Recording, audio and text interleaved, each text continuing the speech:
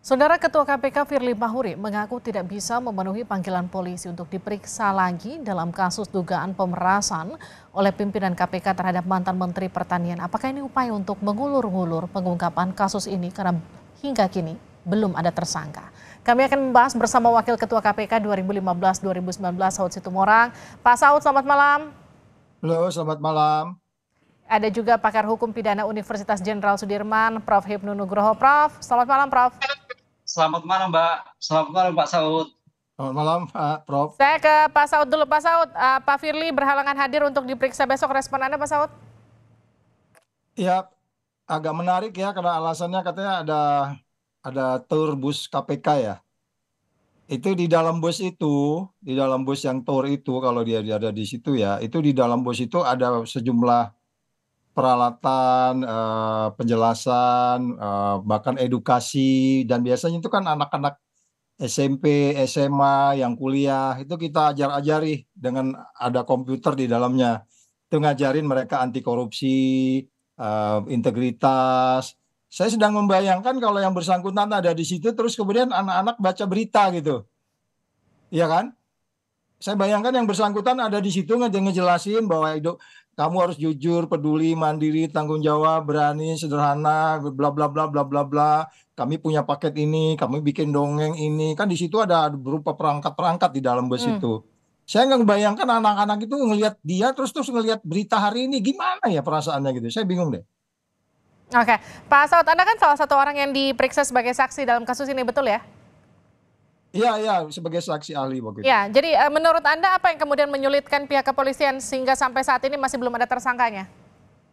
Kalau dari perspektif saya di pasal 36 dan 65 itu nggak ada keraguan ya, tapi mungkin entry point-nya, pintu masuknya teman-teman di Polda maupun di atasnya lagi gitu, yang dalam ini mempersisi Polda Metro Jaya, saya kurang paham seperti apa. Tetapi saya kemarin dalam diskusi itu yakin bahwa memang pasal 36 dan 65 itu sudah memenuhi, sehingga kemudian tinggal mereka melengkapi saja ya beberapa keterangan-keterangan lain. Kalau memang makin banyak bukti ya tentu makin banyak, dan sudah terungkap ke publik penjelasan-penjelasan secara eksplisit. Kita sudah melihat itu sudah firm sebenarnya untuk 36 dan 65-nya, sehingga kemudian dan itu sebenarnya pasal yang kalau menurut saya itu pasal yang utama sebenarnya, which is itu kan undang-undang KPK.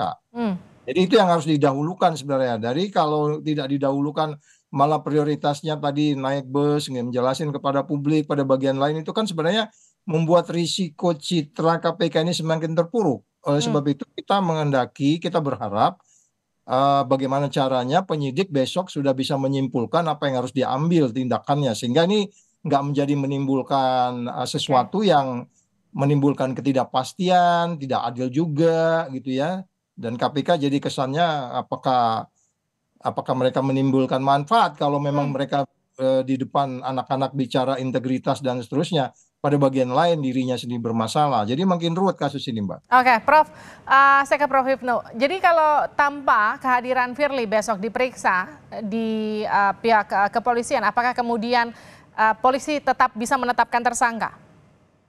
Oh begini, Mbak. Kan Pak Firly kan sudah diperiksa.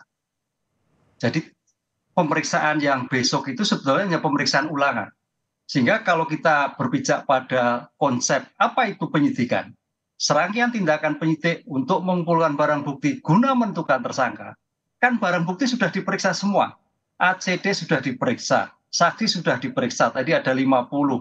Kemudian Pak Firly juga sudah diperiksa. Tinggal menentukan tersangka, Mbak. Gitu loh. Kemarin besok itu sebetulnya hanya untuk memantapkan kembali aja.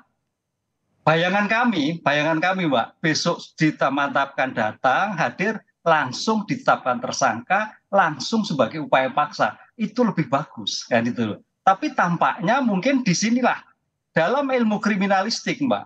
Kalau itu pelakunya itu ada tanda petik ya, dugaan itu adalah penegak hukum.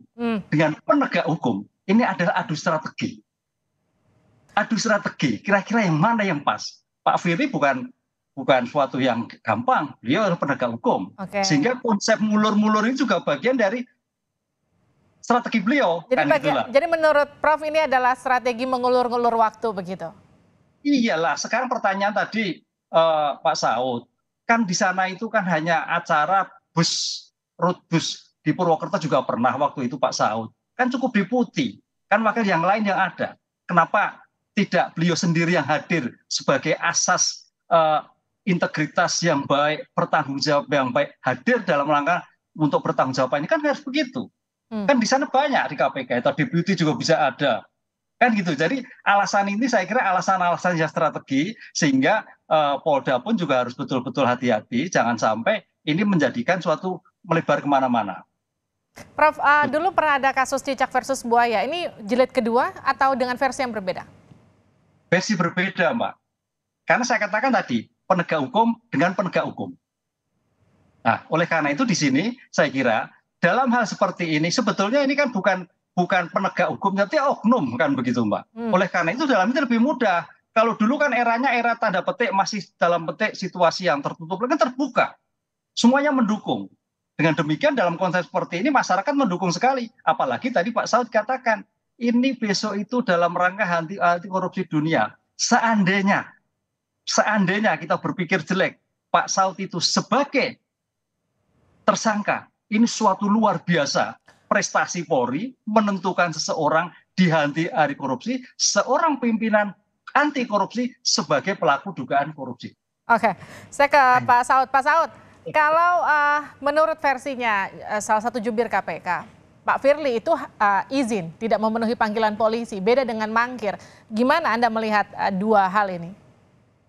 Ya memang kan Prof. Ibnu pasti ngajarin mahasiswa hukum kan namanya argumentasi, nalar, dan logika kan. Jadi gimana? Argumentasinya seperti apa tuh, logikanya, nalarnya seperti apa itu gitu loh. Jadi maksud saya gini loh. Oke lah, akan ada bantah-membantah, akan ada aja apa namanya menghindar dan seterusnya. Tapi saya pikir penyidik sudah masuk dalam satu apa namanya kesimpulan, mereka harus segera menetapkannya seperti yang disampaikan Prof. Ibnu tadi. Sehingga saya pikir kita tunggu besok. Harapan kita jangan dibiarkan lagi lewat dari minggu inilah, karena masih banyak kerjaan lain nih. Kenapa harus terburu-buru Pak Saud? Ya masalahnya kan ini kan bukti sudah cukup ya, nggak ada keraguan lagi kalau pasal 65 khusus ya terlebih ya.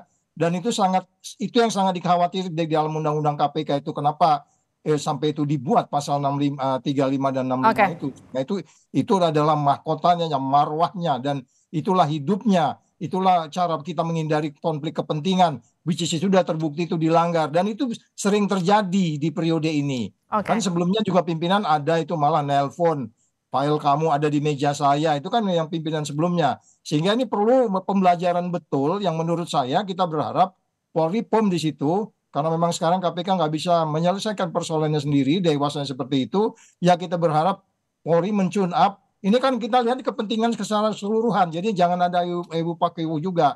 Bahwa ini tiga penegak hukum ini, kejaksaan, kepolisian, dan KPK itu setara, saling check and balance satu sama lain. Jadi saya katakan, lagi-lagi kalau memang ini kemudian berlarut-larut atau katakanlah ada aja justifikasi dan seterusnya, sebenarnya lebih pada menimbulkan ketidakpastian dalam jangka panjang, dan itu merusak image pemberantasan korupsi di negeri kita.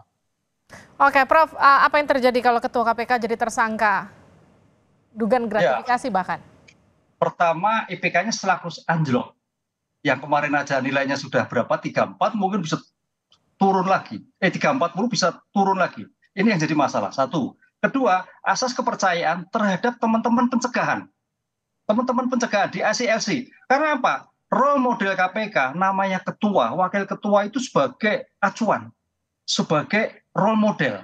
Nah ini kalau role modelnya bermasalah, bagaimana kita mengajarkan pencegahan, bagaimana mengajarkan integritas tadi Pak Saud, bagaimana tanggung jawab, ini nggak bisa ngomong apa-apa. Inilah saya kira ini bagian dinamika pemberantasan tidak pindah korupsi bagus sekarang. Jadi memang dinamikanya seperti ini. Kalau memang kena ya kena, tapi kedepannya menjadi lebih baik kan gitu loh. Sehingga di dalam penanggulangan tindak pidana korupsi, baik penindakan maupun pencegahan itu merupakan bahu-membahu, Mbak. Ada suatu panutan, ada suatu keteladanan. Kalau enggak ini teman-teman, ya kalau orang Jawa pelo, Mbak, mau bicara apa? Gitu, Mbak.